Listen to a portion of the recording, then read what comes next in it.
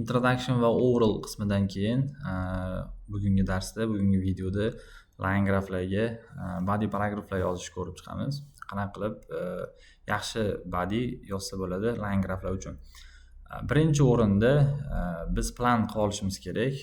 Ko'pchilik studentlar qilmaydigan narsa, ya'ni qaysi liniyalarni, qaysi figuralarni birinchi bodyga yozamiz, qaysilarni ikkinchi bodyga yozamiz. Odatda ikkita body bo'ladi.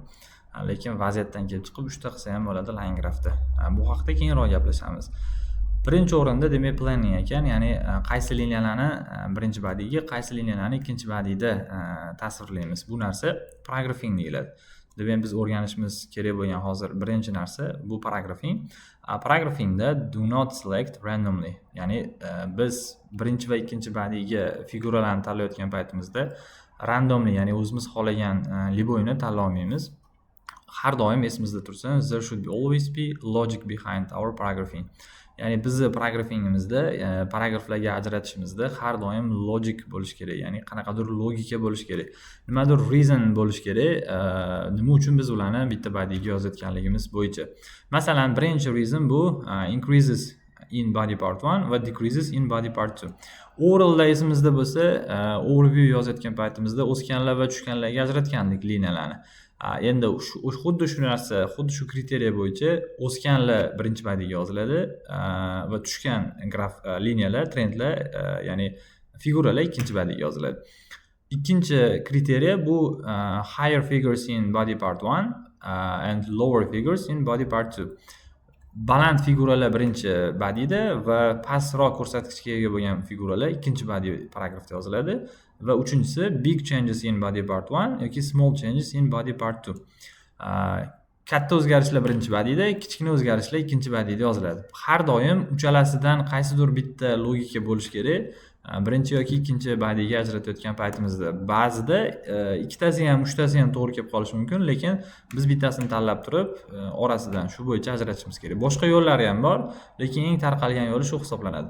Hozir shuni ekzempllar bilan ko'rib chiqamiz. Ya'ni paragraphing qanaqa qilib biz figuralarni ikkita bodyga ajratamiz. Birinchi o'rinda mana body part 1 da bu grafda overall'da ko'rib chiqqandik. Children's adult fiction and educational books ni savdosi bo'yicha. Body part 1 da increases yozamiz. Ya'ni o'sganlarni yozamiz. Bu yerda o'sgan figuralar children's and educational books bo'lgandi. Agar esimizda bo'lsa, ya'ni ikkitasi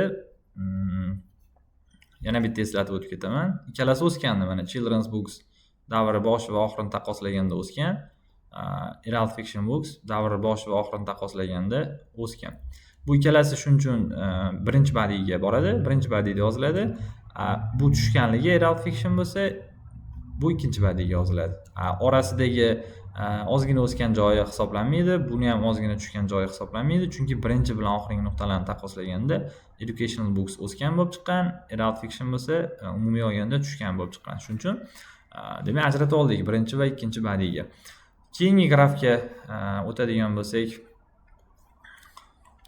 bu grafda biz endi big changes and small changes bo'yicha ajratamiz. Chunki o'sgan, tushgan deydigan bo'lsak, bu yerda 3 xil figura, 3 xil ko'rsatkichni ko'rsatgan, ya'ni bittasi o'sib, bittasi tushib, bittasi o'zgarmagan agar qaraydigan bo'lsak. Shuning uchun bu yerda biz big changes and small changes ga ajratganimiz yaxshiroq va qulayroq hisoblanadi.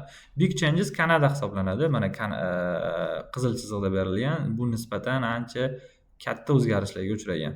Endi small changes bo'ladigan bo'lsa, mana small changes ga bo'lsa, Avstraliya bilan European Community kirdi. Bu yerda mana e'tibor qaratadigan bo'lsak, Avstraliya va Yevropa, mana Avstraliyaning figurasi ozgina o'zgargan.